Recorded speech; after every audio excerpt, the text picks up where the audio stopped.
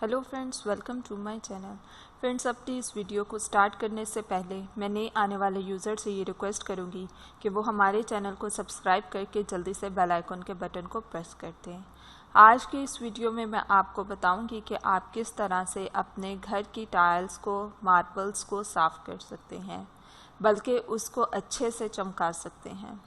दोस्तों, बहुत से लोगों के घरों की टाइल्स बहुत ज़्यादा येलो हो जाती हैं। स्पेशली बाथरूम की टाइल्स की अगर हम बात करें तो बाथरूम की टाइल्स अगर वाइट होती हैं तो वो बहुत ज़्यादा येलो हो जाती हैं और वो इतनी ख़ास उनकी केयर भी नहीं करते हैं।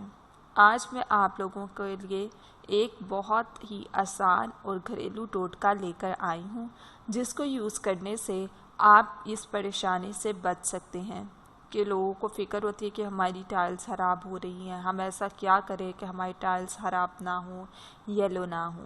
दोस्तों, आपको सिर्फ करना इतना है कि आपने एक प्याली में बेकिंग सोडा लेना है। देन आपने उसमें कोई भी वॉशिंग पाउडर मिक्स करना है, लिक्विड वॉशिंग पाउडर मिक्स करना है, लेकिन वो आप लेमन मिक्स ले लें, और अगर कोई और भी लेना चाहते हैं तो कोई और ले लें, ये आपकी अपनी मर्ज़ी है। अब आप इसको बहुत अच्छे से मिक्स करेंगे।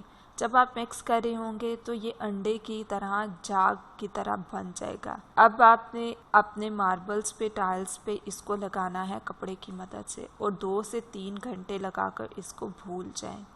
उसके बाद आपने नीम गर्म पानी लेना है, उसमें आपने विनीगर 1 चम्मच मिला देना है और अच्छे से मिक्स करना है उस गर्म पानी में।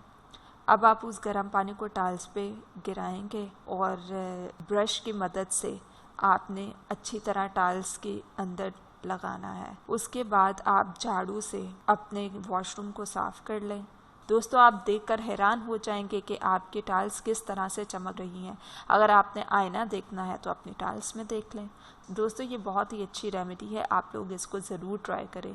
ये थे बेनिफिट्स एंड टिप्स।